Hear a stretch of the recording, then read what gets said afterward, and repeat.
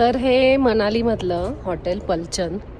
तर इकडे आम्ही एक 4 दिवसाचा आमचा स्टे आहे. तर मी कालच्या व्लॉगमध्ये सांगितलं होतं की मी या हॉटेलची रूम टूर देईल म्हणून. तर बाहेरून कसं आहे हे हॉटेल ते पण तुमच्यावर मी शेअर करेल. तर ब्रेकफास्ट खूप छान होता. परत आम्ही जे जेवण ऑर्डर केलं होतं ना, ते पण खूप मस्त होतं. तर मग तुमच्यावर ना आता रूम टूर शेअर करते आणि हॉटेल बाहेरून कसं आहे ते सुद्धा शेअर करते. तर तुम्हाला हे हॉटेल ना मी बाहेरून दाखवत आहे. तर हे जे हॉटेल आहे ना, इथून 2 किलोमीटरवरती सोलंग व्हॅली आहे आणि 8 किलोमीटरवरती मॉल रोड आहे. आणि हे जे हॉटेल आहे ना, थोडंसं एक मुख्य गजबतापासून थोडंसं दूर आहे आणि शांत वातावरण आहे.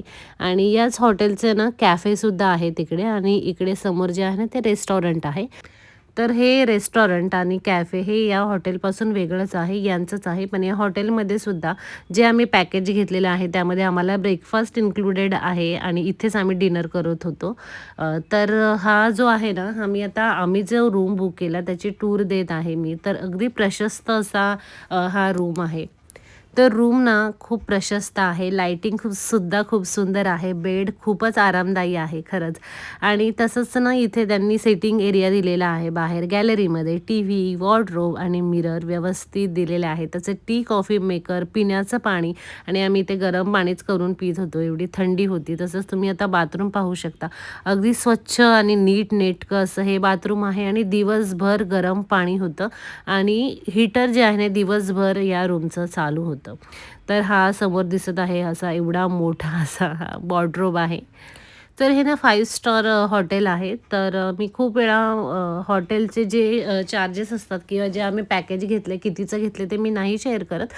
कारण सीझन वाईज ते चेंज होतं त्याच्यामुळे आणि आम्ही इथे 2 रूम घेतले होते. तर कॉल करून आम्ही बुक केलं होतं. तर थोडंफार ते कमी करतात कॉल करून वगैरे केलं तर. तर जशी अवेलेबिलिटी आहे त्याच्यावर आहे. सीझनवरती सुद्धा आहे. तर गॅलरीतून ना हा सुंदर नजारा दिसतो. आम्ही जो रूम बुक केलेला आहे तर तो मी पाहू शकता समोर त्या पर्वतावरती बर्फ आहे आणि जेव्हा स्नो पडेल ना तर आजूबाजूला सगळीकडे ना इथे स्नो असतो आणि समोर जो रस्ता आहे ना त्याच्या बाजूने ना नदी वाहतीये आणि त्याचा तो असा आवाज जो आहे ना नदी वाहताना तो सुद्धा ऐकायला फार छान वाटतं. शांतता, स्वच्छ हवा आणि सुंदर व्ह्यूसाठी हे लोकेशन परफेक्ट आहे. फॅमिली, कपल्स आणि निसर्गप्रेमींना ना हे ठिकाण नक्कीच आवडेल. तर तुम्ही समोर ही नदी वाहताना पाहू शकता. तर आता याच्यात जरी दिसत नसेल तरी छान अशी नदी तिकडे वाहतीये. त्या वाहणाऱ्या पाण्याचा आवाज ऐकायला एवढंच छान वाटतंय.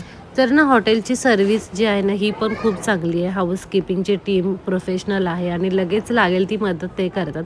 तर 4 दिवस आम्ही होतो ना इथे. तर सकाळी जायचो ते संध्याकाळी आमचा रूम असा छान क्लीन केलेला असायचा.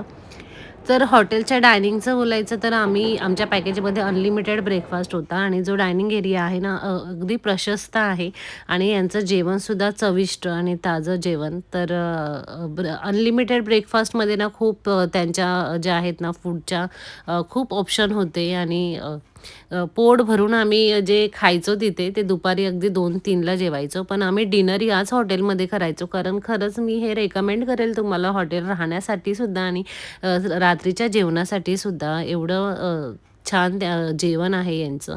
तर शेवटच्या दिवशी म्हणजे जे 4 दिवस आम्ही राहिलो, त्याच्या त्या 4थ्या दिवशी ना आम्ही इकडे आलेलो. हे त्या हॉटेलचंच बाजूला ना रेस्टॉरंट आहे आणि हे असं तुम्ही पाहू शकता. हे असं त्यांनी सिटिंग केलेलं आहे आणि आतमध्ये बसलं की ते दरवाजा लावून घेतात. थंडी वगैरे वाजत नाही. तर इकडचं सुद्धा जेवण आम्ही ना ट्राय केलं. तर छान होतं ते जेवणसुद्धा.